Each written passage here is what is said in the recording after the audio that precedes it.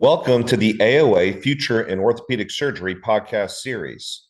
This AOA podcast series will focus on the future in orthopedic surgery and the impact on leaders in our profession. These podcasts will focus on the vast spectrum of change that will occur as the future reveals itself.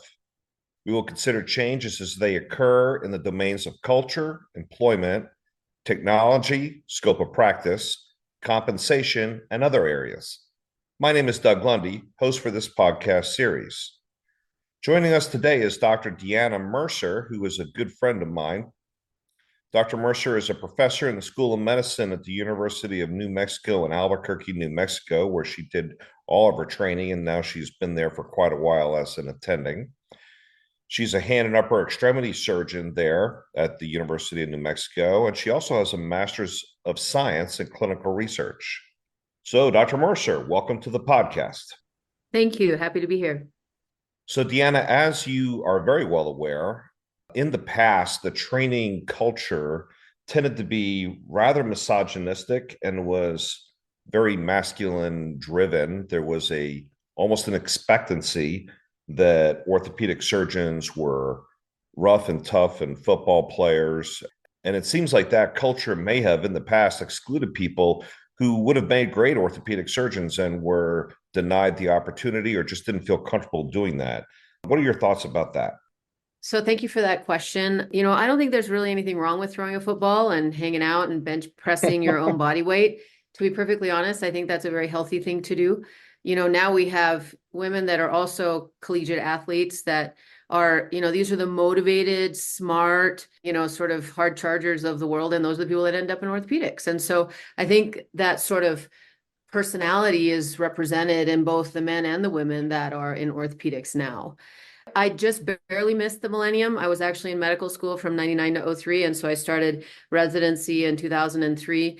And I was the only woman in my residency program. And there were some interesting things that happened, like, the Playboy poster in the call room, right? So that was just a thing that you sort of accepted. And it is, again, it's sort of a cultural thing that then you have to transition gradually as you have other views that come into play. And I'm sure that has not just been event that has happened in orthopedics, but has happened across all kinds of other situations like industry, right? So industry people tended to be male, and now there's more women in industry. And actually, one of our big women groups was started by a woman in industry who actually felt very alienated because she was sort of an island. And so she put together this group of women orthopedic surgeons and also sort of incorporated the industry women in that as well. And so I think this is just, culture. Culture is something that is driven by societal norms and what our predecessors have decided is important. This whole societal concept of, what was her name? June Weaver or somebody, the one that was supposed to stay home and cook and take care of the kids. And that's just not the way that it is in this day and age. So orthopedics has to sort of gradually follow the changing norms of society. And I just don't really see it as like a negative thing. Misogynistic it's a very elegant word and it sounds very cerebral, but I just don't see it as like that sort of aggressive, negative environment. To me, you have to show up and you have to put on your mud boots and you have to show up early. You have to work hard and you have to get along with all these very different personalities that are type A, right? They're kind of aggressive and they're motivated. They have their opinions and their direction, and it's a little bit difficult to change that direction.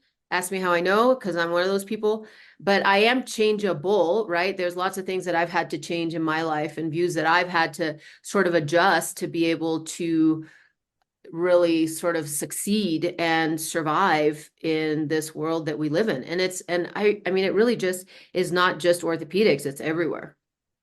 It's interesting how you said that, because I was going to push back a little bit saying that many of the best orthopedic surgeons that I know out there are not exceptionally athletic, but often excel in other areas. They're still very competitive people. What exactly are your thoughts concerning how these things actually affect our ability to access and match an orthopedic surgery and then become successful in it? Exactly. And I mean, I think to clarify, the people that are in our field are highly competitive because you can't get here if you're not. Right. And that can be highly competitive in music, right? How many virtuosos do Right. you know? You know, they're incredible pianists. You know, we see them at our meetings. They get up on stage and they talk about scaphoid fractures and then they play this incredible piece on the piano. And Right. so it's not just limited to sports, it's limited to success in whatever it is that they do. And that sort of picture is what orthopedics represents. And yes, I mean, and that's partly our fault because we focus on the big macho guys that are football players, but they're surrounded by a bunch of people that don't look like that, right? And so, but why do we focus on that? I don't know, because there's TV and we're in the United States and people love football. And so to me, there are all kinds of people in orthopedics.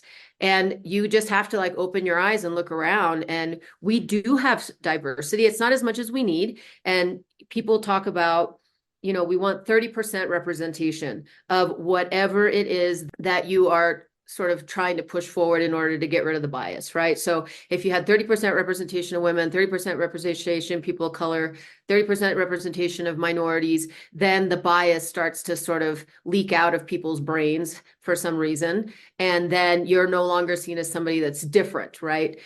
But it is a thing, right? We go to the meetings and we call them manels, these panels that are all men. But you show up and you listen and then you engage and you ask questions. And to me, the way that you get really sort of noticed as somebody that has ideas and wants to push the science forward, and especially in orthopedics, is to show up and listen and challenge them. Like get up on the podium and challenge them and ask them questions and show that you are interested and that you are part of the discussion and that you have ideas. And that is what then lends you opportunities, right? They'll notice you. And they don't notice you as a female or a woman or whatever. They notice you as somebody that has ideas. And then you get invited to participate because you have to show up and you have to contribute, and nothing is going to fall in your lap. That just doesn't happen because it's everything that we do is sort of, I think, difficult, right? And it's challenging, and you have to think outside the box. So in order to really get a spot at the table, you have to show up, you have to work hard, and you can't complain. Like the minute you start complaining, you get crossed off. So you really need to just show up and show your worth. And that goes, I think, a really long way.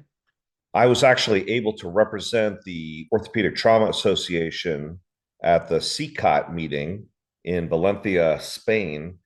And we were able to see there that a substantial number of the orthopedic surgeons in the Spanish Trauma Society are, in fact, women. So it seems like Spain has really moved along much faster than other parts, especially like here in the United States, in terms of increasing diversity within orthopedic surgery and within trauma. What is it that is continuing to hamper us from attracting women into orthopedics, into our training programs? Yeah, so that's the $1 million question. I think number one is that, I mean, if you talk to people from outside of our country, and you know, I grew up in Puerto Rico, so I speak fluent Spanish, so I can actually have like high level discussions with these people, and of course, a lot of them speak English as well. I'm But jealous. Okay. Jealous. Okay. but you know, they don't really talk a lot about this, and they don't focus on it. And so part of this, in my opinion, is that we are so focused on, you know, all of the biases and the difficulties. And what we should be focusing on is empowering these women to go do it, right? So instead of spending all this time and energy and effort and all these things that we're doing, which I think are valuable, you know, they're not important, but I think that more energy needs to go into just talking about how you get there, right? It's not like, why is it that you're not going to be able to get there? It's how do you get there, right? What is it that you have to do to make the cut? And these are the things that you have to do to make the cut. And it's not easy, right? So if you want to go into orthopedics and you want to be an orthopedic surgeon, you have to get up in the middle of the night. That's what you're signing up for. You Right. have to not complain about being there until 10 o'clock at night. And of course, we follow all the rules for the trainees with respect to duty hours and that sort of thing. But, once you get out in practice, there's no duty hours. And so Yeah. you have to understand that it's a great profession. It's a wonderful thing to do. I feel very lucky every single day of my life that I get to do what I do every single day of my life. And part of it to me is really luck, right? Like I showed up at the right place at the right time and had the right opportunity and I acted upon it. And then it took me to the next step. But we need to just really, I think the word is empowerment, right? So you have to really empower these women. And how do you empower them? You give them the tools to succeed. And you don't give them crutches. Crutches, I think, are very damaging. And you fill their brains with all of these ideas about all the things, all the difficulties that they're going to encounter. And so then what are they going to focus on? They're going to focus on the difficulties that they're going to encounter. And what we should talk about is how you get there and how you're going to succeed, and give them the tools to do that. Bring them in on your research projects. And part of it is also helping them be confident, right? So there's all this imposter syndrome discussion. And again, I support all of that. But to me, it's a confidence issue, right? So you have to instill confidence. And how do you instill confidence? You instill confidence by providing opportunities, and you provide them opportunities in which they're going to succeed. And so giving them a spot on the podium to present a paper, that's hugely empowering for somebody in training. That you go up on the podium. It doesn't matter if there's 8 people in the room or 80 people in the room. Just the act of, putting something together, getting up on the podium, presenting it as your own idea, and you being the expert on the podium is incredibly empowering. And these are the little opportunities that just kind of fill the bucket of confidence for these people. And that's for both men and women and people of color. And it is, I think, one of the things that we can do to really help and motivate. So now that I'm a department chair and we have residents, I get to see up close and personally how difficult a lot of these efforts can sometimes be for programs. And I know that there are a fair number of people who really feel more comfortable going to programs that are already completely diversified, and certainly don't want to be the token person or breaking in as the only person in that group. But what would you say to these other programs that are trying their best to diversify, but people just don't feel comfortable going there because there's really minimal diversification in the program already? I'm a believer that you have to pick the best person for the job, right? And it doesn't matter who it is. The challenge is to get those people to apply, right? And to get those people to even choose that route to begin with. And I think that's the challenge, right? So how do you get these women to choose orthopedics instead of radiology or dermatology or radiation oncology or OBGYN, right? So they're just choosing other paths for whatever reason. And I think the reasons are numerous, but ideally you pick the best person for the job. Now, it's on you as a program director to choose women to interview, right? So there's things that you can do, like you don't have as many women to choose from, right, that are great candidates. And so you might interview more women, even though, you might have 10% women apply to your program, but your interview pool maybe is 25% women. And so that doesn't mean that you don't give opportunities to other people that are highly qualified. You pick women that are qualified for the job. And so this is all a statistics game. So you can sort of, from a program director side, adjust that mathematically so that you have a higher chance of matching a woman. And also the discussion has to be female friendly. And I mean, if you say anything negative about females and you're trying to interview a woman, then it's going to be a problem and they're probably not going to match your program. So some of this is based on your discussion during the interview process. And you can say things like, we're a family and we're a supportive program. We support our residents. The residents are cohesive. We're a team. And all of these things are true in orthopedics. Like you can't really get through a day without functioning as a team. And so I think that we have to start at the ground level. I didn't even know orthopedics existed until I was at the end of my second year. And I was going to be a general surgeon. I've been in the OR since I was very young. At this point, it would have been illegal, but back then the rules were different. And I was going to be a surgeon. I was going to be a general surgeon. And I had no idea that orthopedics even existed. And so part of it is getting the word out to young women, which is what the Perry Initiative is trying to do. And I think is doing a great job. Their statistics show that they've actually been very successful at encouraging some of the women that were involved in these programs to actually go into engineering, which also is very underrepresented, as well as medicine and specifically orthopedics.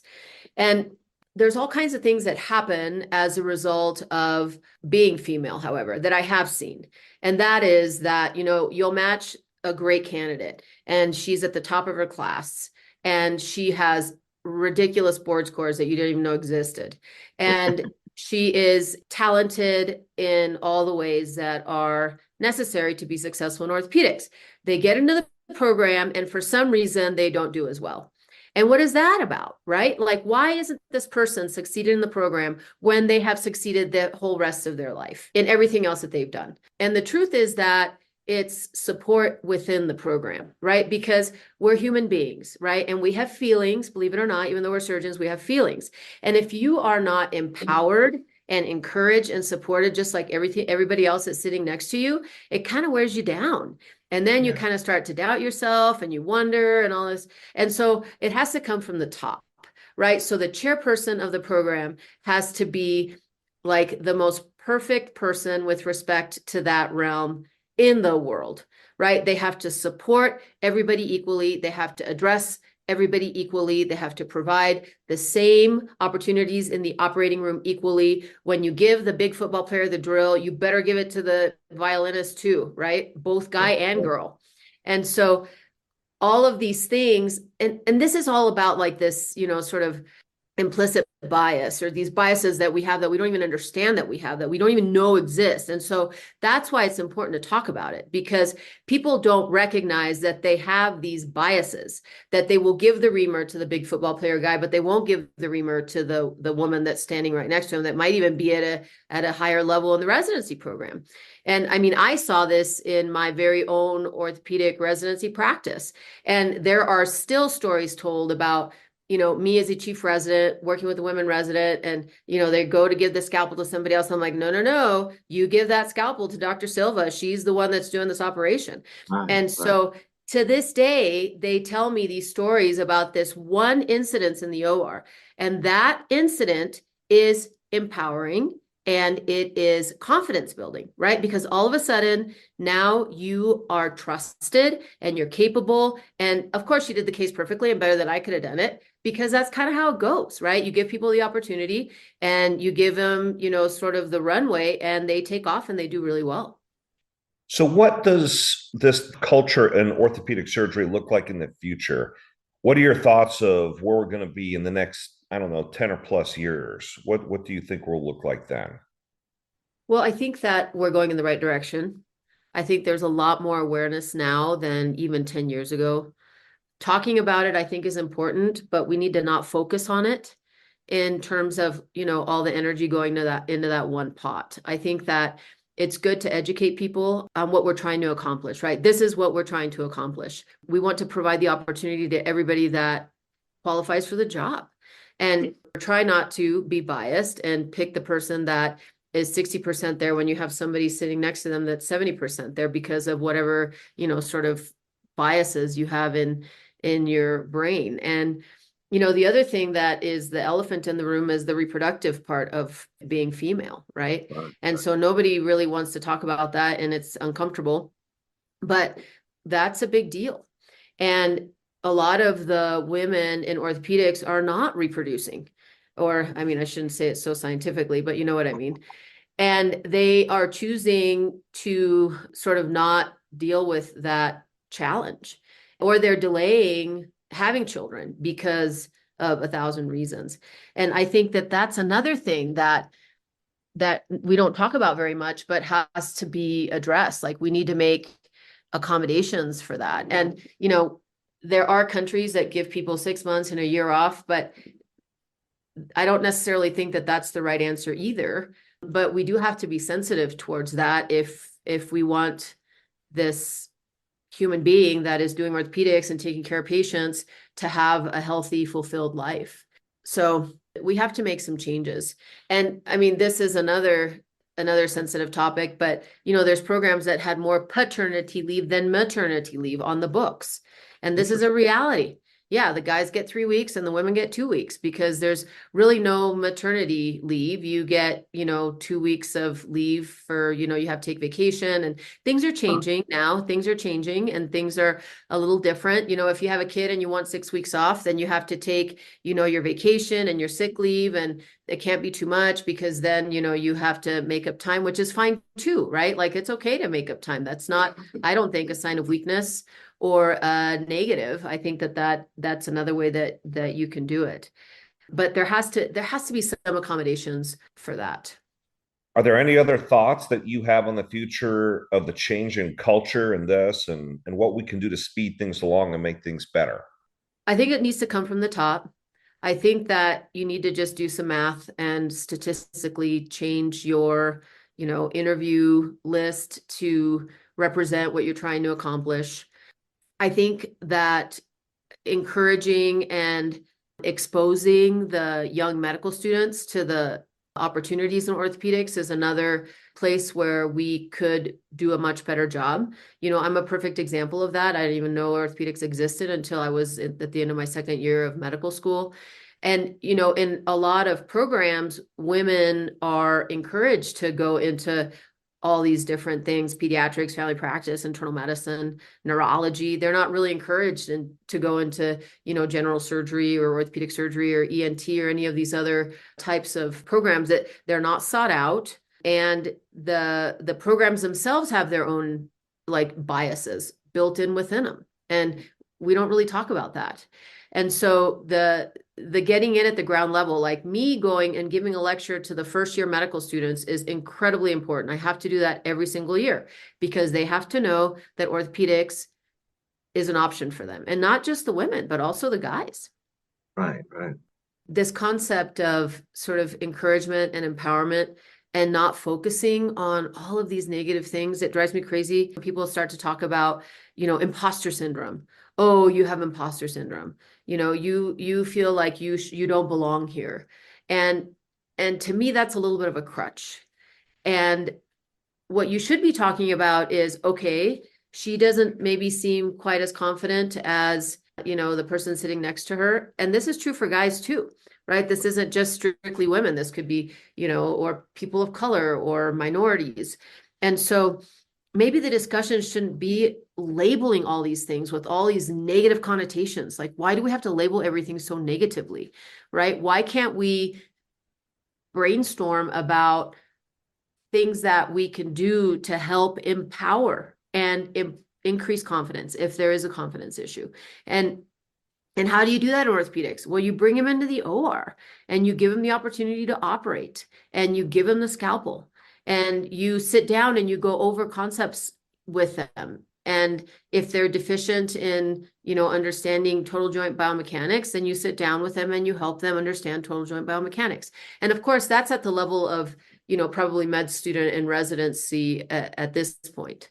But I mean, again, that's $1 million question. I don't have the answer to that question, but I think that we do tend to, instead of providing solutions to problems, we tend to label the problems with these very negative connotations, and then we focus on it without really providing a lot of solutions for the things that we're seeing that might be hindering progress. And, there's 1,000 things that we could do to help this effort and put our energy towards that, instead of putting our energy towards defining all of the deficiencies, which in my opinion is a huge waste of time. I know that a lot of people, especially younger people coming along, there's a certain degree of imposter syndrome or self-doubt that really many people have, regardless of whatever group they happen to be in, just because it's an intimidating thing to break into the ranks of orthopedic surgery and into academic circles. And it can be pretty tough. I know you've got certainly opinions on this. What are your thoughts concerning this? Yeah, because this isn't just a woman thing. This is this exists everywhere. And you're coming from the top, right? So you're the leader and you identify somebody that has exceptional talent And that's not everybody, right? Not everybody has exceptional talent. There's going to be some that are sort of mediocre talent. And that's called the bell curve, right? We learned that like as a freshman in college. And so, but if you identify somebody that is exceptional, and the truth is that in orthopedics, we have a higher percentage of exceptional just because of what it takes to get here. And so you do have leaders. And then when you have like, the top 10% or 1% or whatever it is, then there's going to be a top and bottom to that list as well, right? So even though you have the top 1%, you still have sort of a spread of those that are doers and those that might not be as motivated to be a doer and just kind of wants to get through it.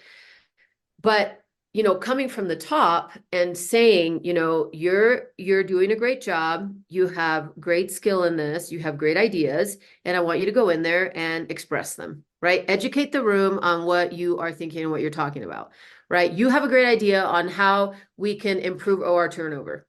So and you've communicated it to me. It's a great idea. I want you to go in the room and I want you to explain and express your idea to the group of, the CEO of the hospital, which is probably terrifying to those people, not to me anymore. Yeah, I understand. But again, like we're at a different point in our lives, you get to be like half a century old and then all of a sudden it's just like, oh, they're just all humans. But, That's right. but when you're at a trainee level, there's all this hierarchical stuff. And so that's another thing that you have to break down a little bit. You have to have hierarchy, I think, because otherwise you can't get anything done. And you do have to have some level of people that have, like they are responsible for getting stuff done. And then you have the people that are responsible for helping that person get stuff done. And then over time, those roles change as, people sort of retire and then the next person moves into that role. So you have to have that. But in order to be confident and sort of go out there and get it, as we've been talking about, you have to overcome that a little bit. Otherwise, you kind of hold back and it's a little harder to sort of take the ball and run with it because of, again, 1,000 reasons. You don't want to step on anybody's toes. You want to make sure that you stay in your lane. You don't want to steal somebody's thunder. There's all of these different little statements that we have in our culture to define that behavior. And then you also can't be too overzealous because that's also a huge turnoff and then nobody listens to you. So there's a great balance there. So in your words, I mean, we are moving along, but probably I would say that certainly not as quickly as many of us would like us to be, although certainly much better than we were 15 to 20 years ago.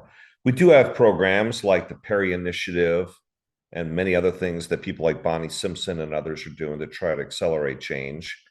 But how can we use these kind of programs and these kind of thoughts and leaders to change the future of our profession a little more urgently? So the medical schools, I think, are a ripe bed to sort of attack. Right. But it takes time, right? So you have to show up and you have to dedicate time to it. And then you become a mentor and then you have to respond to the people the mentees that are, reaching out to you. And so ultimately it's going to take time and energy, and it probably should be the women that do it, right? So the women relate better to women, but we need the guys to help as well, because we can't do it without the guys. And all of my mentors in orthopedics have been guys, and I adore them all. And they have been wonderful and encouraging and never said a negative thing. And is the reason why I sort of got to where I am today, is because I had really fantastic mentors, and they can come in any, shape, size, color, gender. You just need somebody that, number one, you can connect with, because a lot of it is sort of chemistry. And then secondly, that are extreme, they have to be positive, because you don't want to sort of glom on to a negative person, because that'll just bring you down, and that those do exist.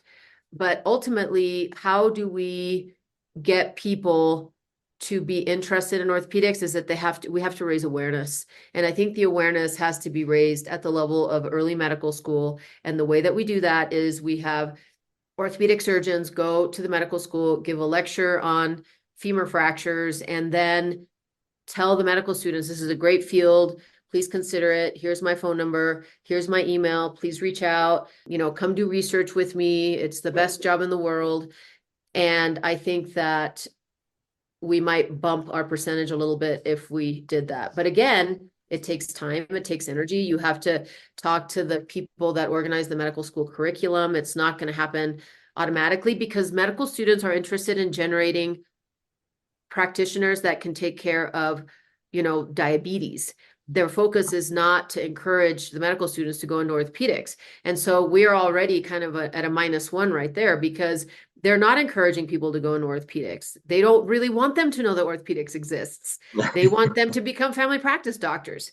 And there are some medical schools across the states that do a really good job of generating a certain percentage of orthopedic surgeons in their class every year.